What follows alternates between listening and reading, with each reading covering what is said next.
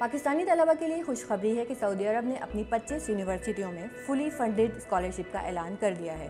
پاکستانی طلبہ ان سعودی یونیورسٹیوں میں بیچلرز، ڈپلومہ، ماسٹرز اور پی ایچ ڈی پروگرامز میں حصہ لے سکیں گے۔ یہ اسکالرشپ تقریباً تمام مضامین میں دی جا رہی ہیں، جن میں social sciences, management sciences, computer sciences کے علاوہ دیگر مضامین بھی شامل ہیں۔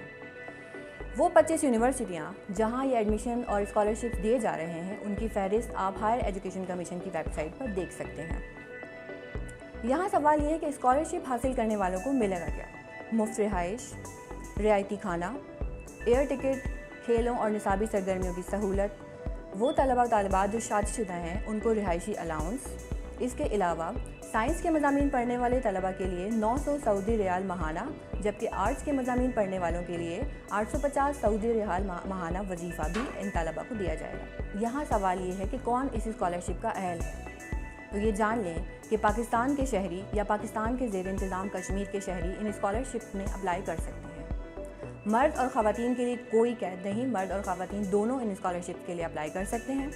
اس کے علاوہ بیچلرز پروگرام کے لیے اپلائی کرنے والوں کی عمر 17 سے 25 سال، ماسٹرز کے لیے اپلائی کرنے والوں کی عمر 30 سال، جبکہ پی ایچ ڈی پروگرامز کے لیے اپلائی کرنے والوں کی عمر 35 سال سے کم ہونی چاہیے۔ یہ ضروری ہے کہ اپلائی کرنے والے طالب علم کسی اور یونیورسٹی یا تعلیمی ادارے سے اسکالرشپ نہ لے رہا ہو۔ اس کے علاوہ درخواست گزار کا کوئی مجرمانہ ریکارڈ نہیں ہونا چاہیے، اور اگر اسے ڈسپلن کی خلاف ورزی پر کسی تعلیمی ادارے سے نکالا جا چکا ہو تو وہ اس اسکالرشپ کے لیے اپلائی کرنے کا اہل نہیں ہوگا۔ اب اگر آپ نے اسکالرشپ کے لیے اپلائی کرنے کا فیصلہ کر ہی لیا ہے تو یہ جان لیں کہ اس کے لیے آپ نے کرنا کیا ہے۔ سب سے پہلے آپ نے مطلوبہ یونیورسٹی کی ویب سائٹ کے اوپر جا کر وہاں پر اپلائی کرنا ہے۔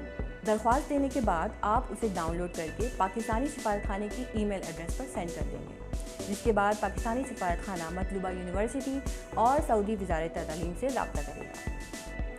آخر میں یہ بتاتی چلوں کہ داخلہ حاصل کرنے والے طلبہ کے لیے پروگرامز کا آغاز ہر سال ستمبر اکتوبر میں ہوگا۔